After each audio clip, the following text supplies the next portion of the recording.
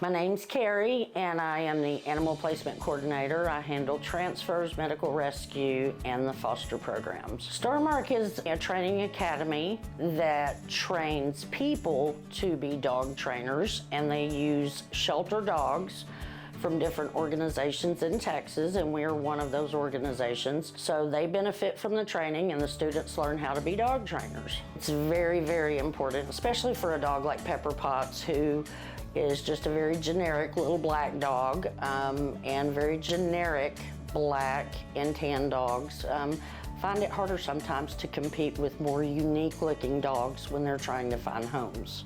My name is Caitlin, and I'm an intern at Starmark Academy, and I'm just helping out the students right now while they're training the rescues. So I didn't know that she was in the shelter for that long, and I think that it's amazing because she was just a 3-month-old puppy. Like, who doesn't want a 3-month-old puppy?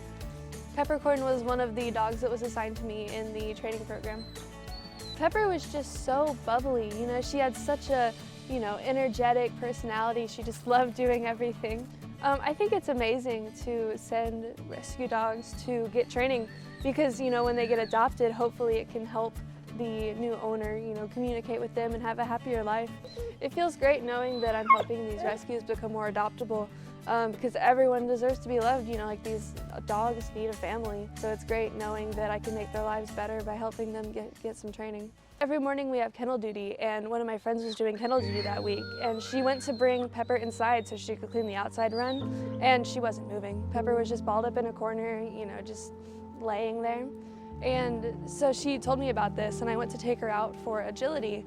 And when I grabbed her, she wasn't really moving. She was just kind of like, I'm here, but like I don't want to be out. And so when I went and brought her to wait in line for agility, she threw up a few times, and I talked to my instructor, and he told me to just put her away, let her rest, see if she gets better. And a few days later, she still wasn't feeling any better, and so we finally decided it was best to take her to the vet.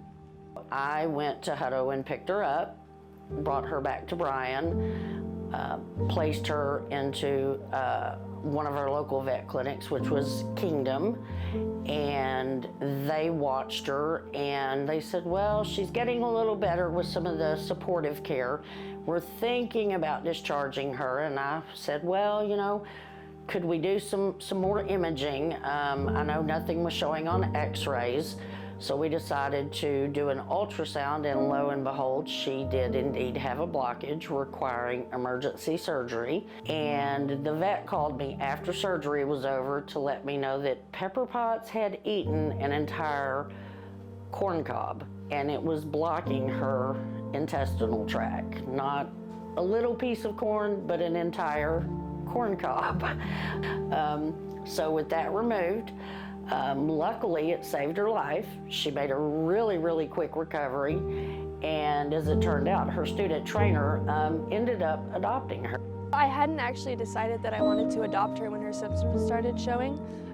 It was the second time that they took her to the vet, and people were saying that they wanted to adopt her, and my instructor told me, like, if you don't adopt her now, someone else is going to. Without our medical rescue, Pepper would have been a dog that absolutely would not be here today, as well as many other dogs and cats. Without our supporters, we could not do this at all.